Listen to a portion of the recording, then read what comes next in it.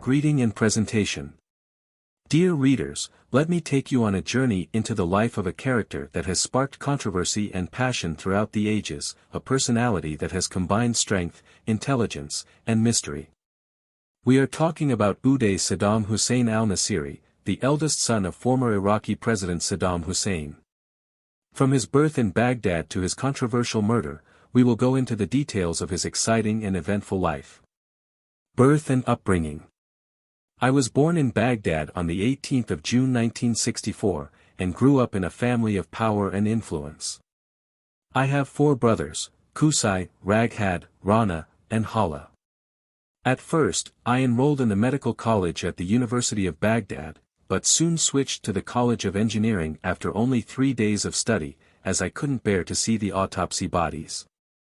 I graduated from the College of Engineering with honors, where I was the first in my class of 173 students. Academic achievement and extreme intelligence. My academic career was not limited to engineering, but I also obtained a PhD in political science from the University of Baghdad, and the topic of my thesis was the post-Cold War world. I was known for my great intelligence and passion for following all that is new in the field of scientific inventions, in addition to my mastery of flying aircraft. Relationships and marriage. In 1988, she got engaged to Hawazin bint Izzat al-Duri, but the engagement was not completed. Later, I married my cousin Sajida Ibrahim al-Hassan in 1994, but the marriage was short-lived and did not result in children. According to her father's memoirs, this marriage was forced and she was the one who asked for the separation. The murder and the royal pardon. In 1988, a ceremony honoring Suzanne Mubarak, wife of Egyptian President Hosni Mubarak, witnessed a horrific incident where she killed my father's servant, Camel Hannah, after he opened fire at the ceremony. My father decided to punish me for this act and sentenced me to death.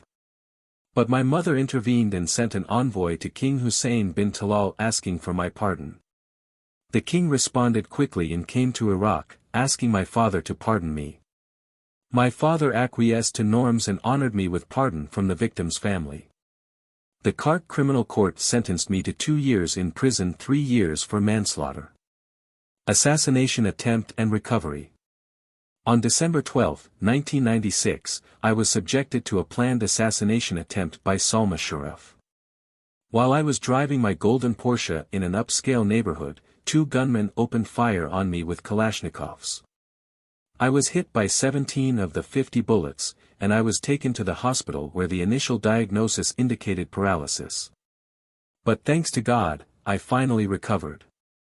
18 months after the assassination attempt, those involved were arrested. Political life and militias. In 1996, she took command of Saddam's Fedayeen militias and oversaw several media outlets, including Babel, Baath and Youth TV. In 2000, she was elected to the Iraqi parliament. She also founded the Poor Support Fund. My lookalike and assassinations.